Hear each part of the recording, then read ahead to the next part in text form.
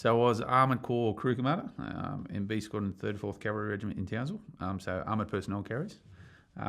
So at that stage I was a junior Lance Corporal, so a young Lance Corporal, and a Crew Commander. So my job in the deployment was the junior Crew Commander of the 4 armoured vehicles. And our role was to protect, with the infantry, the medical force of the Australian contingent, so about 300. So my vehicle was actually Vietnam era. A lot of them were blown up in Vietnam and patched up. So mine had still welding patches underneath from Vietnam. We just maintained them and kept them going. They've since been replaced with newer versions. But yeah, the old M113 was Vietnam era with a 50 cal and a 30 caliber machine gun in the turret. And yeah, my job was just a crew commander with a driver, and we'd carried infantry section in the back. Oh, it's a square-based vehicle, compressed aluminium, so quite acceptable to rocket-propelled grenades. Generally, anything below that machine gun fire is fine as far as penetration. But yeah, predominantly troop amphibious armoured vehicle to carry infantry section around. Back in those days, we would spend 6 to 8 months a year out bush. Because we were one unique armoured cavalry squadron, we supported 2 infantry battalions and artillery and everyone else. So we were quite, rarity. We were out bush a fair bit, supporting everyone. And it was not uncommon to be out bush field for 8 months, live fire activities all the time, because we trained for conventional warfare. That's what we did in those days. We were actually out bush and finishing an exercise, about to go back for a weekend and then come back out again. And they said, right, we need 4 vehicles to stay behind. I was picked as one of them, and I wasn't sure why, with an infantry company. And they said, look, you're now starting force preparation for place of deployment in 2 weeks' time to Rwanda. And yeah, we just said, where's that? They said, it's in Central Africa. And we said, well, what's going on? And they said, oh, it's just some skirmish and stuff that's been going, a bit of conflict, and you're deploying in support of a medical force as a security. So that was sort of the brief, and that was it. Bearing in mind, my regiment went to Somalia as well 2 years earlier. So a lot of the lessons, a lot of practices we did were from knowledge we learnt from the soldiers that had gone. My whole regiment went with the 1st Battalion. We were supporting 2nd, 4th Battalion those days. And Alpha Company 24RR was to go, and our 4 armoured vehicles were to protect literally the whole 300 contingent. So we quickly devised some form of plan going off what was learnt in Somalia to bring in to what we thought we would be doing over there when we get there. That was it. Yeah. And that's all we knew. And we did, when we did a little bit of training, went back to the base to quickly sort out our affairs to go, because we were ready to go. I mean, we were prepared, but we were prepared for a combat role, because that's what we trained for. Realistically, when we got there, it wasn't. It was just something totally different, which with the UN is a little bit different. We weren't peacemaking, we were peacekeeping, and there's a big difference there, especially when you're peacekeeping, as we found out. So we were flown over by the US within Galaxies, the massive cargo planes, and they literally flew in from Japan, picked us up. It's funny, all the vehicles, we actually, our armoured vehicles, we had to paint them with house paint from Bunnings, made a stencil, black UN, and put on the side and spray painted that. But yeah, literally with a roll up, painted the armoured vehicles with white house paint, because that's what we did. And we tried to work out what we think UN would look like, and we made, the whole thing was white. So normally you go from a camouflage armoured vehicle to white, which I've got a photo of, but it's quite funny. And we literally sat at the airport. We sat there for a couple of days because we were the last to leave. I think the Bobcat left before us. I don't know why, but you think you'd have armed vehicles in there first. But we sort of went in there, and we were the sort of last lift to get into the country, and flew from Townsville to Diego Garcia, refueled in the middle of the Pacific, and then flew straight into Kigali and got in about 3 a.m. To be honest, it was mad. The US literally unloaded us, and as we got off, they're going, watch out, there's mortars in the tarmac there, there's mines out there. So the ground guided us, parked here, and said, right, wait for the sun. You can't go anywhere until the sun comes up because of movement at night. We heard some rifle fire going off in the distance. The airport terminal had been shot to buggery, holes and everything all through it. So it's literally like you just land in a war zone. So it's ironic. 18 hours earlier, we ate McDonald's at Townsville, and then we landed. And then this was going on. Ironically, too, once the sun come up, the US had virtually gone. They just literally packed up and left. There were bugger all US there. They cleared out. And I think that was because of Somalia. They didn't want a repeat of what happened, the Black Hawk incident, etc. They literally left, that was another ironic thing. We had some ammunition. We got some. One of the first things I saw when the sun came up and I was looking at the airport was a little kid carrying a water jerry on his head with his mother and stepping over bodies out the front of the airport. And he sort of waved to us, which that was a bit sort of surreal. Another strange thing was in the front of the airport was a freshly dug fair bit of dirt. And it turns out it was mass grave. And someone's watch was going off under the dirt. And like, beep, beep. And I just said, wow, you don't see any of that. So, yeah, my driver was relatively new in the army. He'd only been in 6 months. And he was, in those days, lucky to get a deployment because they generally sent senior people on the deployment, but he got the luck of the draw to come.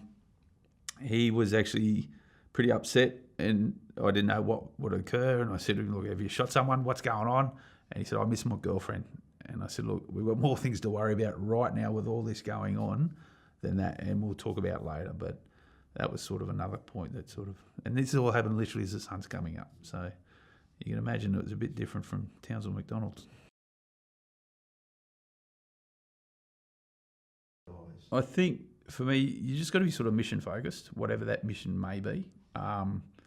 You don't have time to dwell on family matters or issues. And I have to get him in, and I literally got him involved in the vehicle and said, right, you need to do this, and have you done this? Just to get him off at mindset and get him back into what we're doing. So at that stage, I still didn't have a clue what we're doing. So it's the other thing too, we still wore our black berets. We hadn't even been given the blue ones. Now, my Armoured Corps background is black berets with a silver badge. As we literally got from the airport and the vehicle came pick us from the compound to take us to the compound, the Australian compound, we stopped and quickly checked the vehicle. We got out and everyone was just running away from us, like scared. And I didn't know what was going on. We had lollies and we just wanted to try and middle of the African country. They just ran away. And then I said, look, I don't know what's going on. And the officer that picked us up, he said, oh, you got to get those hats off. And I said, why? He said, because the Hutu in Tahamwe and the previous army wore black berets. So we didn't know. We didn't have the UN hats. So we got them when we got the compound, so we quickly took them off, and then they handed us some berets and stuff. So that was, we just had to get mission focused and get back into it straight away. So that's how I sort of taught him. Yeah, so it's a shared compound. It was an old university sort of setup, 3-tiered for all the ORs, our soldiers. Pretty rudimentary. We had double bunks, springs, just no mattresses. We just put cardboard on there. We didn't get mattresses for about 3-4 months into it. So we literally slept on cardboard on these spring mattresses. Generally, there was about 18 to like a bit of a dorm or a corridor. So 3 towers. All the soldiers slept in there. The officers had their single accommodation with the ladies. There's about probably 28, 30 women on the deployment. Mainly nurses, medical staff, etc., dental side of the house. And myself, the infantry company, and all the other guys slept in these multi-tiered things. So yeah, literally an old part of their old university that we took over and fortified and put wire up and sandbagged, and we made it the compound. It's right next door to the RPF compound too, which is the Rwandan Tutsi.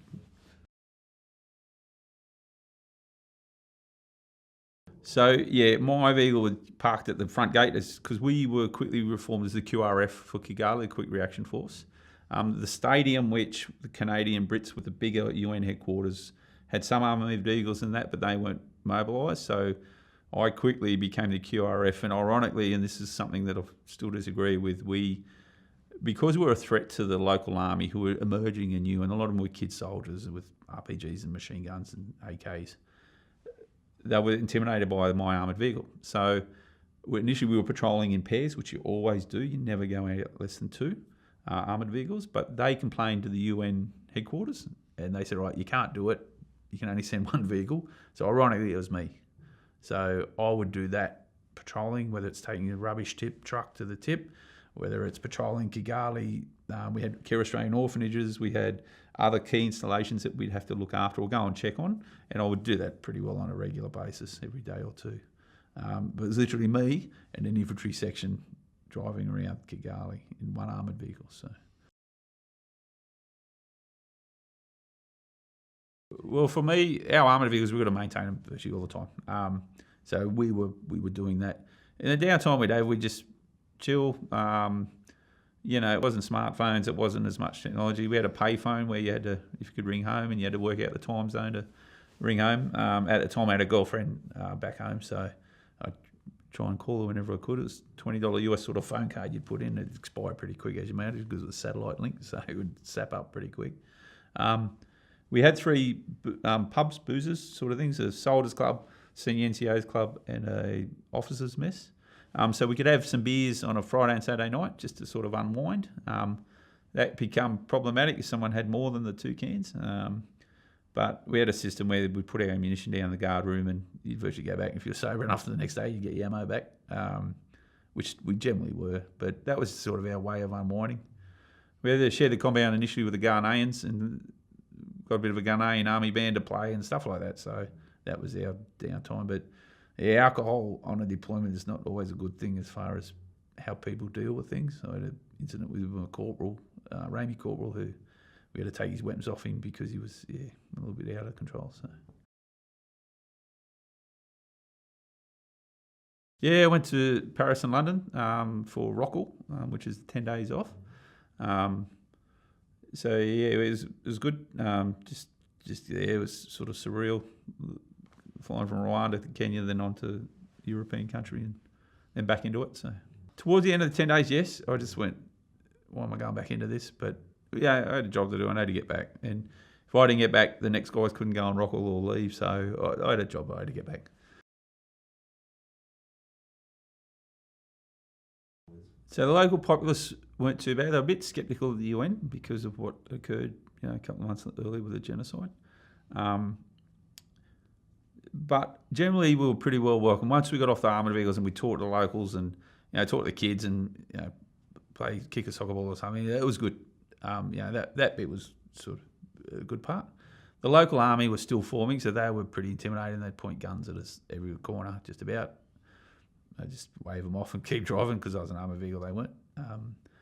So general populace, all right. Local army sort of hated us, which was sort of to be expected. There wasn't much of a link between us and them, and we were pretty sceptical of them as well in regards to retaliation stuff they do. When you have a look at the footprint of the UN, we're very small, to be honest. The Brits and the Canadians in the stadium, they went in the logistics, and they were probably a couple of, or maybe 1,000 people, if that. Compared to the population, we're a very small footprint, so we can only do as much as we could do. I'd run vehicle checkpoints. I'd try and do as much presence as I could, but it's pretty hard with 1 armoured vehicle in an infantry section. But we would try our best to have a presence and say, look, we're trying to make your country safe. Now, bear in mind, that's in Kigali. The rest of the country, we weren't there unless we went out. We did go out and do out to the NGO camp. So I went to Kabayo for 2 weeks towards the end. So, we did try to get out as much as we could to the countryside to do a bit of intel, a bit of treatment camps, but also just to say, look, we're here and it's safe to go back to your village and the war's over or the genocide's over. So I was a QR for 31st of October 1994. About 4:35, I got a call out saying that the local woman and her son had been getting shot at. Someone was trying to steal their cow or something or harassing them. So I got a rough grid to where it was in rough directions. Now, this was being conveyed by an Indian liaison officer from the UN whose English wasn't as great. to the UN headquarters at the stadium, to our headquarters, and then down to me through the ops cell, through Captain Frew and his team. Got a sort of grid, so on the map, off I went. I went all the way to this location, which on the way there I had to run what's called an RPA or RPF checkpoint, which was a kid with an AK, a radio, and 2 milk crates and a bit of string. And I tell you now, milk crates and a bit of string won't stop an armoured vehicle. So he tried to stop me, and I said, look, get out of the road, I'm going. And I literally went, and here's the milk crates dangling behind my tracks as I'm driving off. And so I went to this position, went past it, and on radio I had communications, and I said, look, I'm now off the map.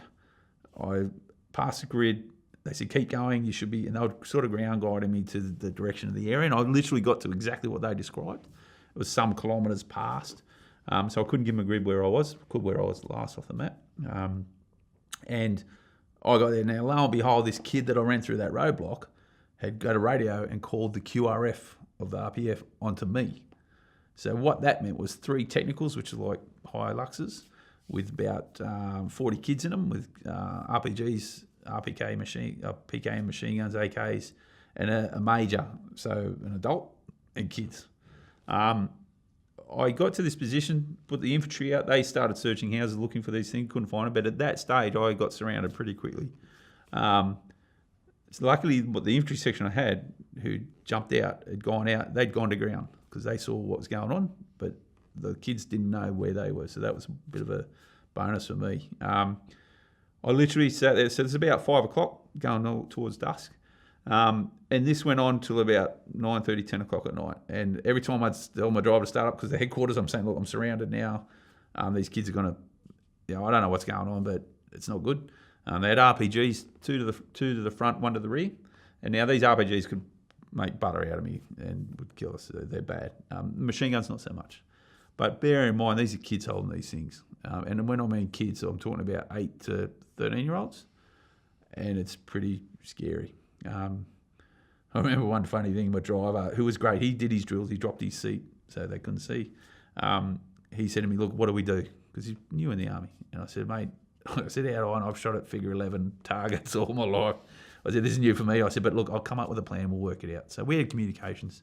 Ironically and silly, the platoon commander and the platoon sergeant jumped in the back. Now, I have one section. Those 2 people command 3 sections or a platoon. Realistically, they should have stayed behind. It should have just been me and the other corporal. But they were excited, jumped in the vehicle, and came with us. Now, ironically, the platoon sergeant forgot his webbing, so he had to borrow mine. It was a calamity of errors, but I had top heavy of the platoon command there. I didn't need them, but they turned up because they wanted to come along. And that was it. So because I'm the armoured crew commander, I have responsibility of them and the vehicle. So I have sort of control. Yes, he's the boss, but I'm ultimately responsible tactically about manoeuvring. And I just said, look, if this goes off and one of these kids actually pulls the trigger or trips, I said it's on. I'll kill as many as I can. And then try and push down, do a dog's leg, mount the infantry up. If everyone's still alive by that stage, we'll try and get back. It just panned out, and every time I'd tell the start up, and here's the CO and everyone back at the headquarters saying, get out of there. I'd tell my driver to start the armoured vehicle up comes the RPGs, and they said, look, you move, you're dead. And I said, it got to the point, I said, well, you're the first one I'm going to kill, and that was the major, because he was the boss. And hopefully, I don't know what would happen with the kids, but I just killed as many as I could before I had to. It ended up about 9:30, 10. I said, look, this is going nowhere. We can stay here all night and do this. And he sort of agreed in broken English. And he said, look, I'm going to take you back to our military compound, which ironically is next to our compound, like literally next door. So I said, yep, fine. So they sort of, 2 in front, 1 behind, took us back. Now, here's the funny thing is, as we were coming past our gate, I've already radioed ahead and said, look, I want everyone, as many people as you can. There were guns because there's a fair few of them. When I come past, I'm going to lift the gate up. I'm going to come in, close the gate, and then we're good to go. And it's how funny we did. I came hard left, went into the gate, closed the gate. Everyone was there. Literally, even the ops cell in the building had guns pointing out of it, so which was funny. Everyone had guns, and the other vehicle was manned, and they pulled up in the cars and just went, damn, didn't think of that one. But that sort of saved the day. And yeah, more of adrenaline when that was going through the roof because it was pretty scary stuff. to be surrounded by kids with guns and RPGs. Well, lo and behold, they were pretty inquisitive, the major, about what I had in the back because they couldn't see inside. He got one of the kids to climb up on the front, because the driver's periscopes are like three-dimensional, like old World War I type things. So all this kid saw was a set of eyes looking through us, which was my driver sitting in the hole. He put his AK down into the driver's hole because he's scared. The kid didn't know what's going on. And I put the 50 cal machine gun around with the barrel pointing this far from his face. And I went, "Oi." And the kid looked at me, ran off because, that would have turned into pig mist. So he jumped off. And this RPA major kept pushing the point for those many hours about how many soldiers you have. I said, I don't have to tell you, but I know how many you've got because I knew exactly where they all were. And funnily enough, he told them all to move, and all they did was just move position, so they were still there. So my guys, actually, it was dark.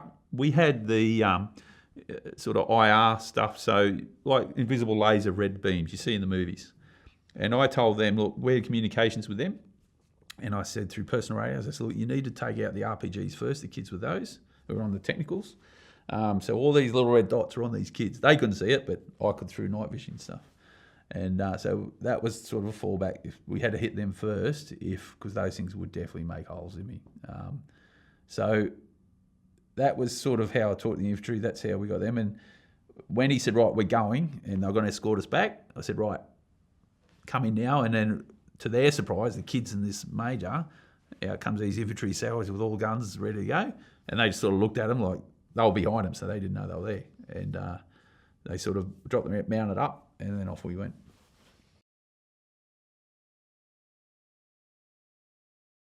As you sort of said, everyone dealt with things in different ways.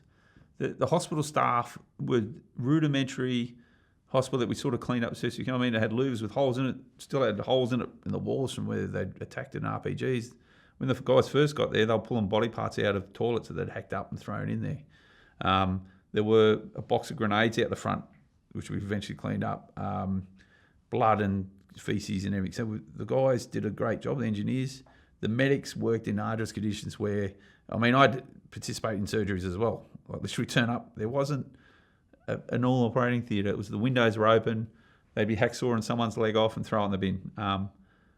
So yeah, that was rudimentary medicine as best they could. So the doctors, the nurses, the medics literally did a lot of stuff that was unconventional, but they did the best. From my side, I was more security, so mine was the unknown bit, and to protect them. So at one stage, because we had to walk from our compound to the hospital, was about 50, 60 metre walk, that would be lined with technicals and the Rwandan army that was next door to us, and they were starting to harass our female soldiers, sailors and airmen, and harass them like pretty bad. So we then had to escort them armed every time they wanted to go back and forth to go from our little hospital back to the thing. So that was, sort of a point that additional tasking stuff we always did. So yeah, we had to put up with that. As I said, a day in life is strange. Like I was doing nightclub raids in an armoured vehicle to arrest British and Canadian soldiers that had jumped the fence. So with the military police. So that was pretty surreal to go raiding a nightclub in an armoured vehicle.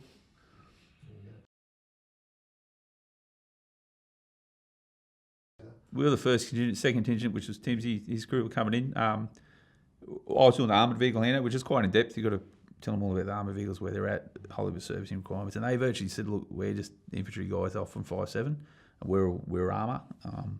And they literally said, look, we're just parking them there and tarping them up. So things changed a fair bit. They didn't do as much patrolling, which I don't know why, but that was the new CO's call. They literally put a tarp over them and sat them down there from all and sundry, and what I've been told. So this is in a 2-day period, and we just want to get the hell out of the country. Like, we'd had enough. And we said, good luck. So because they weren't going to patrol like me, I didn't get the chance to take them out to all the places. At the same time, in that 48-hour period, they flew some psychs in, which is our psych debrief. Ideally, it was a whole heap of civilian psychologists in a uniform, literally civilian guys. He sat 12 of us around in a circle from different areas, so we didn't all know each other personally, and just said, look, has anyone got any problems? And we said, look, we just want to get the hell out of here. And he said, look, if any of you have got any problems, here's my business card in my private practice. Give me a call when you get back. And that was it. Done. For me, it